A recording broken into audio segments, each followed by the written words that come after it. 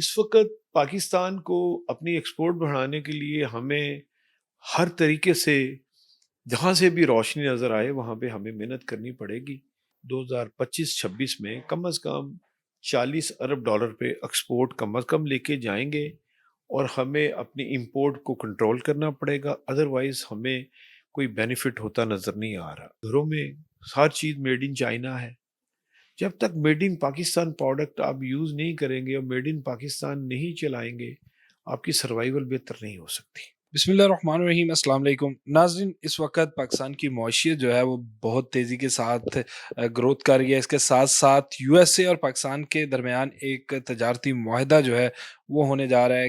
کتنا امپیکٹ معیشت کے اوپر پڑے گا، ہمارے تاجروں کو کیا سہولیات ملے گی، کیا ریلیف ملے گا، معیشت کے لیے یہ کتنا جو ہے وہ کارآمد ہوگا، اسی حوالے سے بات کرنے کے لیے ہمارے ساتھ موجود ہے لاہور چیمبر آف کامرس کے صدر ابوذر شاہ صاحب۔ بہت شکریہ سر، آپ نے ٹائم دیا۔ معاہدے کو کس طرح سے دیکھ رہے ہیں، کتنا امپیکٹ جو ہے ہماری اکانومی کے اوپر اس کا پڑے گا؟ بہت شکریہ جی۔ اس وقت تو ہماری جو ٹریڈ ڈیفیسٹ ہے وہ 27 ارب ڈالر ہو گیا ہے، جو بہت زیادہ ہے۔ اب اگر ٹریڈ ڈیفیسٹ 27 ارب ڈالر اس سال ہوا ہے تو اگر ہماری ایکسپورٹ نہ بڑھی تو ہم بڑے پرابلم میں آ جائیں گے۔ تو اس وقت پاکستان کو اپنی ایکسپورٹ بڑھانے کے لیے ہمیں ہر طریقے سے جہاں سے بھی روشنی نظر آئے وہاں پہ ہمیں محنت کرنی پڑے گی، اور اگر ہماری ایکسپورٹ 32 ارب ڈالر پہ 30 ارب ڈالر پہ ٹکی رہی تو ہم نہیں چل سکیں گے، کیونکہ ہماری ٹریڈ ڈیفیسٹ کی وجہ سے ہمیں کم از کم اپنی اس سال 2025-26 میں کم از کم 40 ارب ڈالر پہ ایکسپورٹ کم از کم لے کے جائیں گے، اور ہمیں اپنی امپورٹ کو کنٹرول کرنا پڑے گا، ادروائز ہمیں کوئی بینیفٹ ہوتا نظر نہیں آ رہا۔ جیسے جیسے آپ کی امپورٹ بڑھتی جا رہی ہے آپ کے اوپر لیبلٹی بڑھتی جاتی ہے۔ جب امپورٹ بل جب آج تک آپ کنٹرول نہیں کر پائیں گے آپ ترقی نہیں کر سکیں گے۔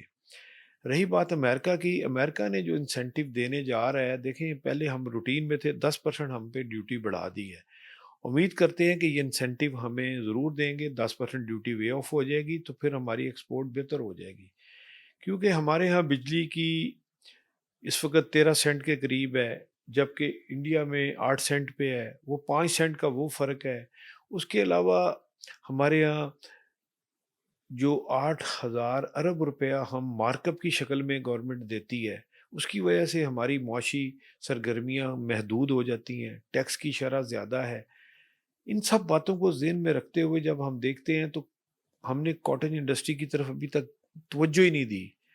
تو اگر کاٹن انڈسٹری آج لگی ہوتی تو آج ہم بہتر سچویشن میں چلے جاتے۔ آپ دیکھ لیں گھروں میں ہر چیز میڈ ان چائنا ہے۔ جب تک میڈ ان پاکستان پروڈکٹ آپ یوز نہیں کریں گے اور میڈ ان پاکستان نہیں چلائیں گے، آپ کی سروائیول بہتر نہیں ہو سکتی۔ اچھا سر، کون سی ایسی پروڈکٹ ہے پاکستان کی کہ جو انٹرنیشنل مارکیٹ کے اندر پاکستان کو بہت زیادہ فائدہ دے سکتی ہے؟ جیسے ابھی آپ نے کاٹن کی بات کی، کیونکہ اس طرح کی کچھ ایسی جو پروڈکٹس ہیں جو پاکستان خود بناتا ہے، لیکن اس کا صحیح طرح سے ہم لوگ جو ہے آگے اسے سیل نہیں کر پاتے، پریزنٹ نہیں کر پاتے۔ دیکھیں جی، چاول ایکسپورٹ کر رہے ہیں آپ، کاٹن ایکسپورٹ کر رہے ہیں، اس کے علاوہ دیکھیں آئی ٹی کی بہت بڑی ایکسپورٹ سامنے کھڑی ہے۔ اس کے لیے برین ڈرین بھی نہیں ہوگا، لوگ ورک ایٹ ہوم کرتے ہیں، اس کی ایکسپورٹ بہت اچھی ہو سکتی ہے۔ انڈیا کی 300 ارب ڈالر کی ہے، ہماری 5 ارب ڈالر کی ہے۔ ہمیں اس کے اوپر ہمیں 15-20 ارب ڈالر کی گیپ نظر آ رہا ہے، کم از کم ڈبل تو اس سال ضرور ہو جائے گی، مگر اس کے لیے خاطر خواہ کوئی آپ کا نیٹ سسٹم بڑا سلو ہے، آپ کے خاطر خواہ کوئی آئی ٹی ہاؤس نہیں بن رہے، گورنمنٹ اس کے اوپر ریمیٹنس جو آتی ہے اس کے اگینسٹ اس کا کوئی چینل ٹھیک نہیں بن رہا۔ یہ ساری چیزیں مشاورت کے ساتھ ٹھیک ہوتی ہیں، اس کے لیے ہمیں فوکس کرنے کی اشد ضرورت ہے۔ دوسرا، ہماری لیبر 18 سے لے کے 32 سال تک ہمارے پاس اس وقت 3 کروڑ لوگ موجود ہیں، ان کو بزی کرنا بہت ضروری ہے۔ ان کو جابس چاہیے، ان کے لیے کوئی کام چاہیے، اس طرف سوچنے کی اشد ضرورت ہے۔ سر، یہ جو معاہدہ ہونے جا رہا ہے اس میں پاکستان نے ایک انتہائی اہم جو آپ کہہ لیں کہ جنگ جیتی جس کے بعد پھر دنیا کی نظریں پاکستان کی طرف آئی ہیں، اس کو کس طرح سے دیکھتے ہیں؟ دوسرے ممالک جو ہے وہ پاکستان کے ساتھ کس طرح کے معاہدے آگے کر سکتے ہیں بزنس کے حوالے سے؟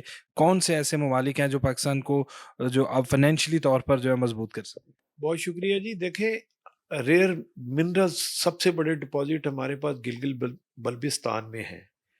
اب گلگت میں جو ڈپازٹس ہمارے پاس پڑے ہیں، ایٹم بم کے لیے، لیتھیم کے، یہ کچھ 100 منرلز کی ایک لسٹ ہے۔